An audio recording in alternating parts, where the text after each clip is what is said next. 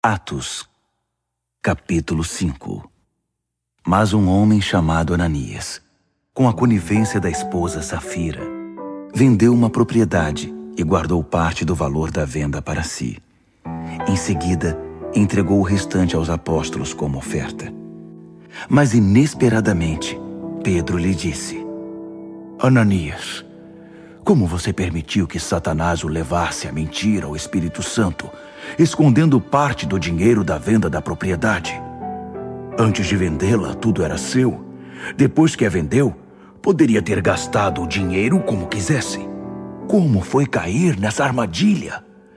Você não mentiu aos homens, mas a Deus. Assim que ouviu essas palavras, Ananias caiu morto, e todos os que ouviram a conversa ficaram apavorados. Em seguida, alguns jovens levaram o corpo e o sepultaram. Passadas não mais de 3 horas, chegou a esposa dele, sem saber o que havia acontecido. E Pedro lhe perguntou: Diga-me, essa oferta foi o preço total da sua propriedade? Sim, foi esse o preço, ela respondeu. Pedro prosseguiu: O que a levou a ser conivente nessa conspiração contra o Espírito do Senhor? Os homens que sepultaram seu marido estão para chegar, e você será a próxima. Mal ele pronunciou essas palavras, ela caiu morta. Quando os jovens chegaram, encontraram um corpo da mulher, que foi carregado e sepultado ao lado do corpo do marido. Nesse tempo, a igreja inteira e todos os que tomaram conhecimento do fato sentiram um respeito profundo por Deus. Eles perceberam que com Deus não se pode brincar. O trabalho dos apóstolos resultou em muitos sinais da parte de Deus entre o povo. Coisas maravilhosas aconteceram. Eles se reuniam regularmente no templo, no pórtico de Salomão, e a harmonia entre eles era notável. Mas ainda que os admirasse, o povo hesitava em unir-se a eles. Apesar disso, o número dos que passaram a confiar no Senhor aumentava sempre, homens e mulheres, vindos de todos os lugares. Eles chegavam a deixar os doentes na calçada sobre macas, esperando que fossem tocados pela sombra de Pedro quando ele passasse. Multidões vinham das cidades ao redor de Jerusalém, trazendo os enfermos, e todos eram curados. Sentindo-se afrontados com tudo isso, o sacerdote principal e seus aliados, principalmente os saduceus, entraram em ação. Prenderam os apóstolos e os lançaram na cadeia da cidade. No entanto, durante a noite, um anjo de Deus abriu a porta da cadeia e os libertou. E lhes disse: Vão ao templo e fiquem firmes. Digam ao povo tudo o que precisa ser dito a respeito dessa vida. Eles obedeceram, entraram no templo ao raiar do dia e prosseguiram com seu ensinamento. Alheios a isso, o sacerdote principal e seus companheiros convocaram o concílio judaico e mandaram buscar os prisioneiros. Ao chegar à cela, os guardas não encontraram ninguém. Voltaram imediatamente e informaram: Encontramos a cela trancada e os guardas nas portas, mas quando entramos não havia ninguém. O chefe da guarda do templo e os sacerdotes ficaram confusos. Afinal, o que está acontecendo aqui? Alguém então apareceu e disse: Os senhores sabiam que os homens que foram presos estão de volta no templo ensinando o povo?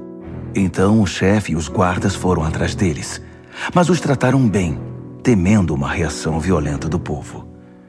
Os guardas os levaram de volta e os conduziram ao concílio. O sacerdote principal interrogou: Nós não havíamos dado ordens estritas para que não ensinassem no nome de Jesus? E vocês não só encheram Jerusalém com seu ensino, como estão nos culpando pela morte desse homem? Pedro e os apóstolos responderam: É necessário obedecer a Deus, não aos homens. O Deus dos nossos antepassados ressuscitou Jesus, a quem vocês mataram, pendurando-o numa cruz. Mas Deus o levou para as alturas, ao seu lado, o príncipe e salvador, para dar a Israel o dom de uma vida transformada e de pecados perdoados. Nós somos testemunhas dessas coisas. O Espírito Santo que Deus concede aos que a Ele obedecem confirma cada detalhe. Quando ouviram isso, as autoridades ficaram furiosas. Quiseram matá-los ali mesmo. Mas um dos membros do concílio interferiu. Um fariseu chamado Gamaliel, mestre da lei de Deus e honrado por todos. Ele ordenou que os homens se retirassem da sala por um momento e fez este pronunciamento. Caros israelitas, cuidado com o que pretendem fazer a esses homens.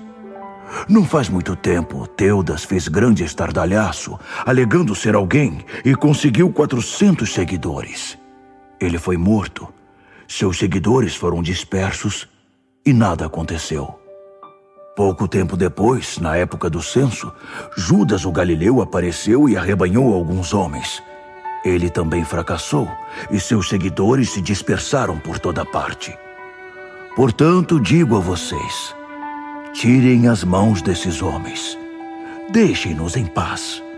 Se o projeto deles é algo meramente humano, irá fracassar. Mas se é de Deus, não há nada que possamos fazer. E é melhor que vocês não sejam flagrados lutando contra Deus. O argumento os convenceu. Eles chamaram os apóstolos de volta.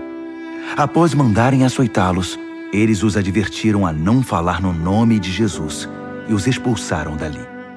Os apóstolos saíram do concílio exultantes por terem a honra de serem maltratados por causa do nome.